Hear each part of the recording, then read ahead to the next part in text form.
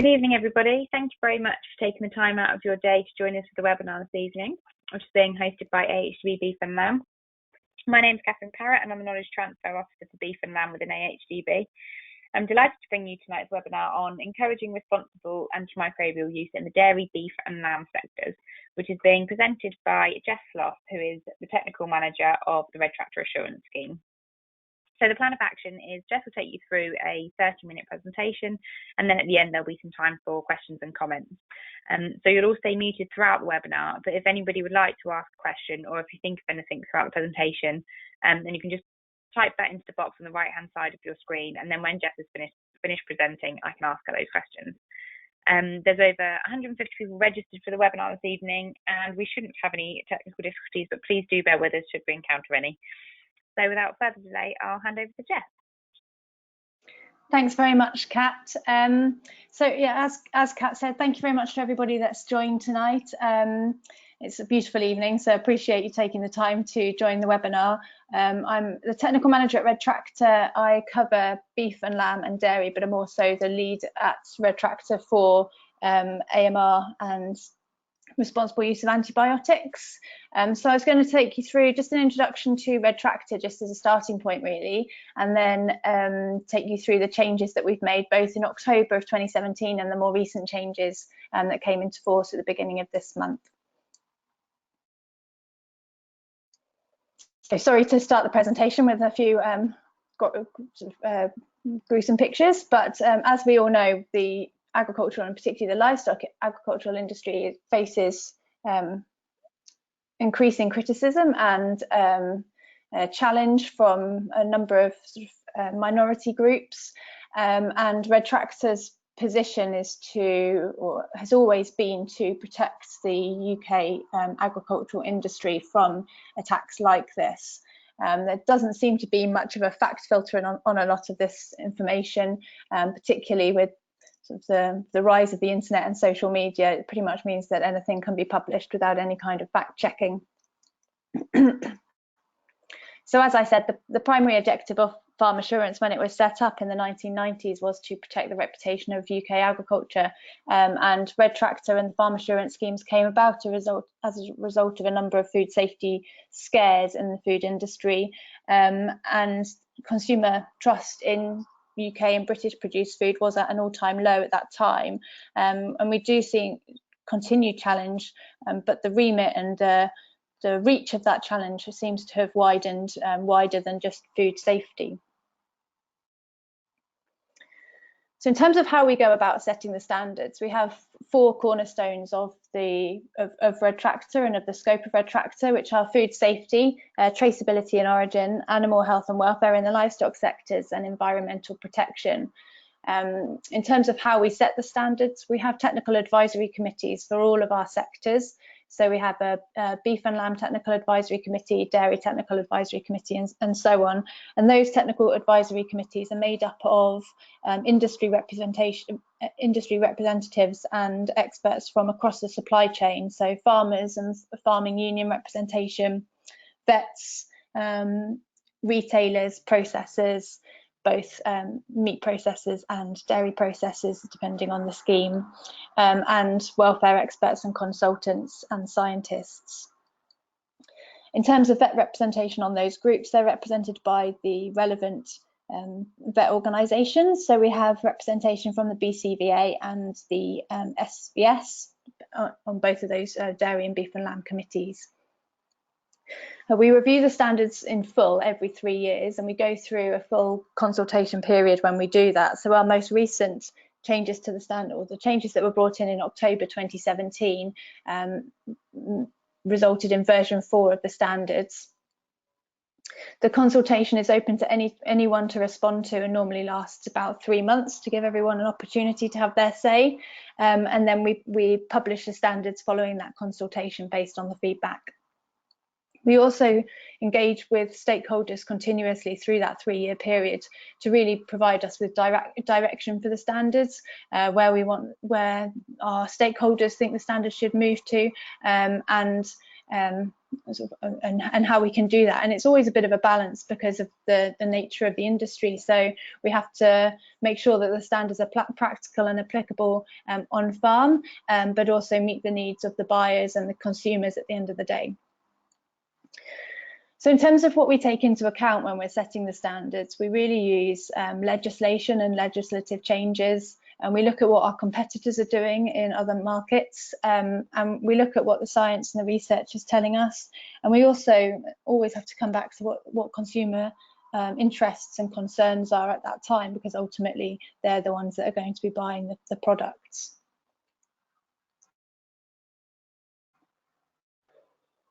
So this is just a little bit of a summary of some of the headlines that we see around antibiotic use. It's a topic that particularly has got a lot of pickup in the media and the mainstream media, not just through sort of social media.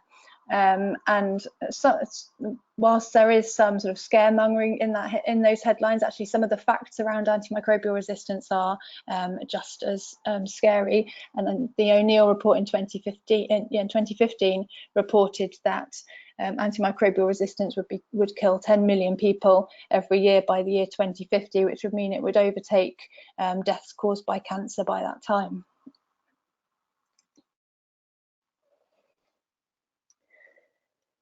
So it's a bit of a background to responsible antibiotic use. As you all probably know, antimicrobial resistance is one of the biggest risks to human health. And whilst the responsibility to address the issue doesn't lie solely with agriculture, there has been some finger pointing at agriculture, and we have to be able to show as an industry that we're doing all that we can to make progress and to play our part and do our bit. As well as the impact on human health, there is also the impact on animal health, in that if these antibiotics become ineffective, the amount of products that are available to treat livestock with will reduce, and that could then have health and subsequent welfare implications. And we do see that in some sectors in particular, there are, we know that usage is lower than other sectors, but that doesn't mean that we can rest on our laurels in those sectors. We have to be able to demonstrate exactly what we're using, why we're using it, and that we're using it in the right way at the right time. So making sure that use is being used responsibly. We also are, as Red Tractor, we're a member of RUMA, the Responsible Use of Medicines in Agriculture Alliance, and we have a seat on the RUMA board, but we also were an observer on the RUMA Targets Task Force, which was set up on the back of the O'Neill report. And really the key focus of that group was to pick out, or to have a vet and a farmer representative per sector across all sectors of agriculture and aquaculture, to produce targets within their sector for reduction and responsible reduction. As a result of that, there was the RUMA Targets Task Force report that was launched at the back end of last year at the RUMA conference, and that outlined all of those targets across all of the sectors.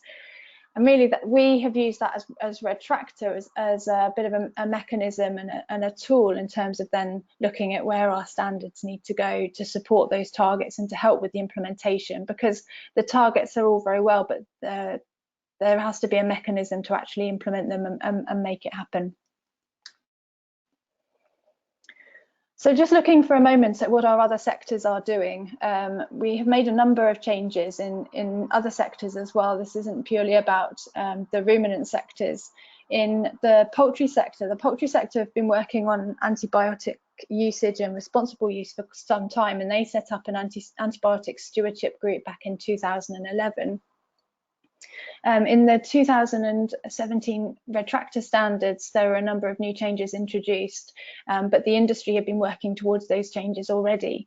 So just as a bit of a summary of what they've been doing there, that broiler producers cannot use antibiotics prophylactically. They have to record a total antibiotic used in milligrams per PCU per crop of birds. The use of the third and fourth generation cephalosporins, glycopeptides and colistins are not permitted in broiler production. And a key difference between poultry and the other sectors is that the poultry sector as an industry are using the World Health Organization definition of the highest priority critically important antibiotics, whereas the other sectors use the European Medicines Agency, which is why in what the poultry sector is doing, what they're doing covers glycopeptides and macrolides as well. So coming on to macrolides, both macrolides and fluoroquinolones can only be used in broiler production when justified by the vet through a vet report. So then looking at what the pig sector are doing, the pig sector, as you probably are aware, have the opportunity to upload their data onto the electronic medicines book, and this was initially introduced as a voluntary measure, so farmers with their vets could upload their total usage onto the EMB, or could use it as their full medicine book. In October 2017, when we brought out version 4 of the standards, we made it a requirement that the total antibiotic use was updated quarterly onto the EMB, and that data was reviewed annually by the vet. We also have a system in pigs whereby the farm is visited 4 times a year by the vet, and as part of that has to complete a quarterly veterinary report. That report was amended in 2017 when we changed the standards, so that the producer had to sign on that QVR form to say that they took ultimate responsibility for antibiotic use on their farm. In addition, we in the pig sector say that the use of class 3 antibiotics, which is the EMA list of highest priority critically important antibiotics, referred to as class 3 in the pig sector. So the use of those class 3 antibiotics must be justified by the vet and recorded in the health plan. And all vets that do work on red tractor pig farms have to be a member of the Pig Veterinary Society and commit in writing to following the PVS prescribing principles for antibiotic use. So in addition to that, as part of the reviews that they're doing on farm, they also have to review any usage that might become routine and look at reducing prophylactic use. So moving on then to the changes that have been introduced through the dairy and the beef and lamb sector. In October 2017, we introduced a requirement into the dairy standards that there had to be an annual collation of total antibiotic use recorded for the unit. And this could be done by product name, and it could be either done from the prescription data from their vet or from on-farm medicine records, but it had to be total figures rather than just the medicine records themselves. And we know that AHDB are currently looking at piloting the sort of a version of the electronic medicines book for cattle, and the intention of the standard was to leave room within it so that if that option became available, that the data that fed into that could then meet the requirements of the standard. So we provided a template on our website, and I'll come on to the tools that we have on our website later on in the presentation. But we do have a template on our website which is quite basic, but just for those that want an opportunity to record or looking for a way to record that collation if they're maybe not using prescription data, or if they're doing it from their own records rather than from vet records, and really it is just a case of putting down the product name and how much is used, whether that be bottles, mils, tubes, etc. And it's important to note as well that we are looking for a collation over a 12-month period, so invoices and things have to be tallied up so that it does provide figures for the entire 12 months rather than any smaller period.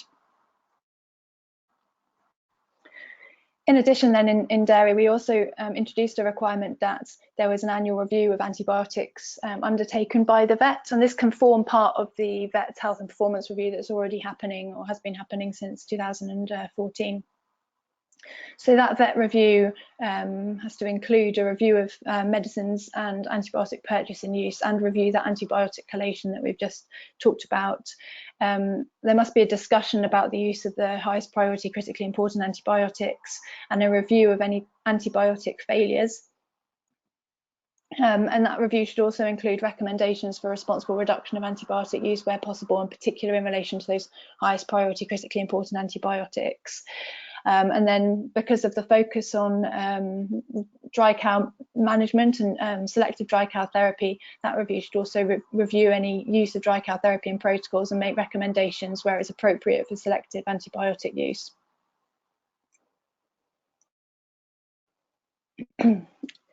In terms of critically important antibiotics, we upgraded a recommendation that we introduced in October to a full standard at the beginning of this month, to require that the highest priority critically important antibiotics are used as a last resort under veterinary direction. And in the dairy sector, as I said, we are defining the HPCIAs using the European Medicines Agency definition. And that use is then supported by a vet report outlining that relevant testing has been taken place to show that that drug is being used as a last resort. So this started being assessed from the beginning of June. In the process of putting together, we've had quite a number of vet meetings so far, and we're putting together some additional guidance from the feedback that we've had so far on the requirement, which will be circulated as soon as that's finalised. So just looking at some other changes that we've made within dairy, we also in October 2017 added a requirement that, as well as recording the end date, or the date that the meat or milk became fit for human consumption, that the length of the withdrawal period should also be recorded as part of the on-farm medicine records. And that was really just to make sure that there was sort of a bit of a belt and braces, really, to make sure that farmers were aware of what the withdrawal periods were on the products that they were using, to make sure that we're, as far as possible, reducing any antibiotic failures in bulk milk. We also said that there should be a vet discussion to consider industry initiatives. So in the past few years, we've seen BVD-free sort of get more prevalent, the Action Yonis programme, and also the mastitis control plan. So having a discussion about those industry initiatives and those that are relevant or most relevant to the farm in question. And then we also introduced a recommendation for training, so that at least one member of staff responsible for administering medicines had undertaken training in the handling and administering of medicines. And in dairy, there was the introduction of the Milkshaw course, which is one option in terms of meeting this recommendation, but obviously there are other courses out there, and one potential opportunity there is that vet-run courses could meet the requirement of this recommendation. So if farmers have a certificate of attendance or a certificate of competences on the back of attending a vet-run training course, then they would meet the requirement of this recommendation.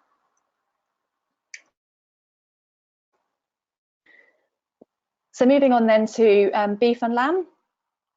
We made some changes as of the 1st of June, and this really was on the back of the targets that came out of the Rumour Targets Task Force, looking at how we can, in the beef and lamb sector, which we know is a lower user of antibiotics than potentially some of the other sectors, how we can make sure that antibiotics being used responsibly, and really trying to sort of focus on that vet-farmer relationship. So we've, from the 1st of June, said that there has to be an annual livestock health and performance review, which is undertaken by the vet, that the vet has to attend the farm at least annually and see the livestock, but doesn't actually have to do the full review at the point of visiting the farm. So the review could be done at the office, but as part of that review, it would need to identify key issues and make recommendations to address those identified issues, review records and data, including medicine records and prescription data outlining total antibiotic use, and making recommendations to responsibly reduce usage where appropriate, but without negatively impacting welfare. reviewing the use of the highest priority critically important antibiotics and making recommendations for reductions, and review prophylactic treatments, and again make recommendations for alternative disease prevention strategies, and then like we had in dairy, consider any relevant disease industry disease initiatives like BVD-free. Again, we do have templates. So the template you'll see on your screen now is actually the template that the farmer can complete. So this is the annual health and performance review for, and this one's for beef. There is one for sheep as well. And all of this data can be completed by the farmer, but then must form part of the review that is done by the vet on an annual basis. And then we've produced a template as part of the vet review to make sure that to make it as easy as possible to meet the requirement. And these templates are really tools, they're not requirements as such. So vets and farmers alike can use other documents or other systems that they have, provided that they meet all the requirements of the standard.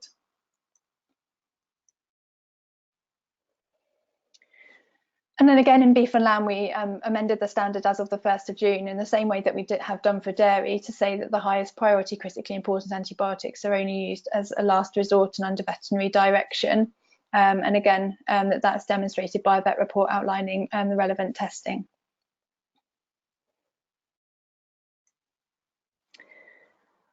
And the same staff training recommendation is in beef and lamb as well. So it's recommended that at least one member of staff responsible for administering medicines has undertaken training in handling administering medicines. And we've again said that veterinary run courses would meet the requirement of that recommendation. So we've had some inquiries as to what a vet run course would have to cover in order to meet that recommendation, and really, because it is a recommendation at this time, there isn't really a definitive list of what has to be included, but we've in consultation with the vets that sit on our technical committees, we've put together some guidance of some potential areas that could be covered. So in terms of responsible use of medicines, purchasing routes, storage conditions, recording requirements, routes of administration, avoiding residues and vaccination, and also potentially looking at trace element supplementation and the use of anthelmintics. We know that NOAA and the industry have been developing an animal medicines best practice project and course, and that will be launched later next month or mid-July. And will be available via the Lantra e-learning platform, but I understand that there'll be a number of ways that vets can deliver that, or other organisations can deliver that training, and farmers can therefore access that training. And again, our intention with the recommendation was that course developed by NOAA and the industry would meet the requirements of the recommendation. So in terms of where to find more help, we do provide tools on our website. So we have a list of common non-conformances, which is really a bit of a guide for farmers and also for vets to see what our most common non-conformances are in each sector, and in particular what particular elements of that standard normally results in the non-conformance. And to try and aid farmers in making sure that they're compliant at the time of audit and 365 days a year. We also provide templates, and you've seen a few of them in this presentation. So we try and provide templates wherever possible where there is a document or record requirement within the standards to make it as easy as possible. But they are just tools. So like I said, no farmer has to use the template we provide. They can use their own or templates provided by their vet, provided that they cover all the elements required by the standard. And we also provide checklists, and the checklists really are a list of all the standards, so that prior to an inspection or just as part of the farm management, the farmer can go through and ensure that they are meeting the requirements of the standard on a day-to-day basis. So in terms of where to find these tools, they are all available on our website in the tools and library section, and we do have a search facility as well. So there's a document search, so if you know what it is that you're looking for, you can type the name of that document into the document search and you'll be able to find it quickly. We also have a section of documents for vets, and again, if you just go on the website and go into the search and put in vets, it will bring up the section for the documents for vets, and then in there you'll find any templates that are particularly relevant to vets. There is also a presentation in there on the changes to the antibiotic standards, and also a bit more about sort of the background on AMR. And you'll see on the bottom of that slide, you've got our website there if you haven't already got it. So then coming back to Red Tractor generally, and sort of our direction of travel, really, some of the things that we're looking to do over the next few months and beyond, really. So one of our key focuses is to achieve 365 days compliance on farms. So rather than just being compliant on the day of the inspection, ensuring that farms are meeting the standards all year round, and looking at tools that we can use to achieve that. And part of the reason for that is that we are looking at publicly raising the profile of Red Tractor and doing TV advertising later this year. So when we put out the TV advert, we need to make sure that we will be sort of putting making our profile more public and putting our head above the parapet. So we need to make sure that we have the compliance that sits behind that when it goes live on TV, which will be sort of, like I said, later this year. We know we've seen quite a number recently of on-farm exposés, and they can damage not just individual farm reputations or individual sector reputations, but can sort of cause damage to the entire agricultural industry, and included within that the Red Tractor brand. And we are looking to sort of protect the integrity of the Red Tractor logo. And coming back to all that, the messages at the start of this presentation on trust and consumer trust in food, we need to make sure that the Red Tractor logo remains a quick and easy way to identify food that you can trust as a consumer.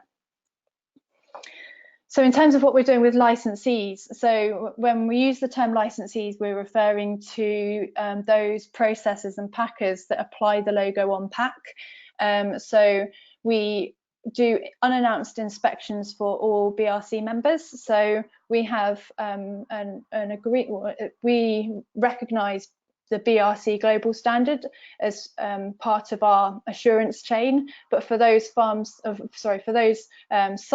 that have the BRC certificate, we have required that all of those sites have to have unannounced inspections. It's something that the BRC offer as an option that you can select as a processor whether you have your inspections announced or unannounced. But as Red Tractor, we've said if you're going to apply the logo, those inspections, you must opt for the unannounced inspections for that.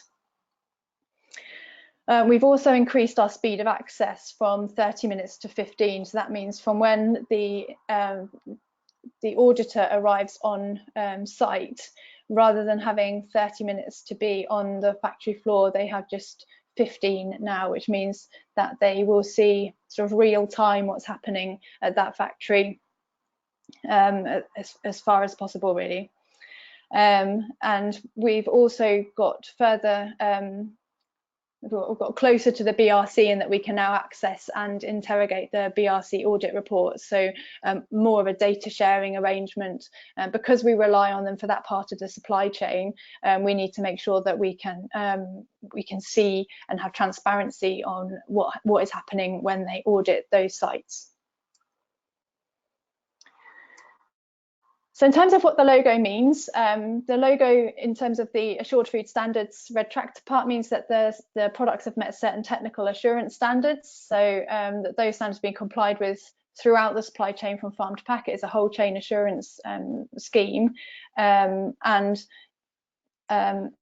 in terms of the flag within the logo, the union flag guarantees that the product is British, so it supports British farmers. That in terms of livestock is born, reared and slaughtered in the UK, and for cereals and fresh produce, in those sectors they are farmed in the UK.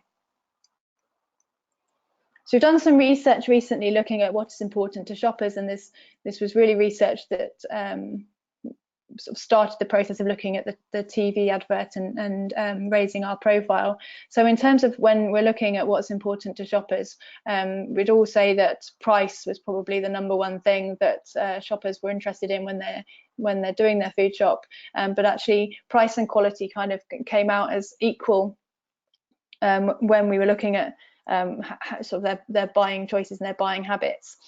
Also, things that came up very high, so supporting British producers came up very high, 80%. So 80% of those consumers that formed part of the research said that supporting British producers was important to them.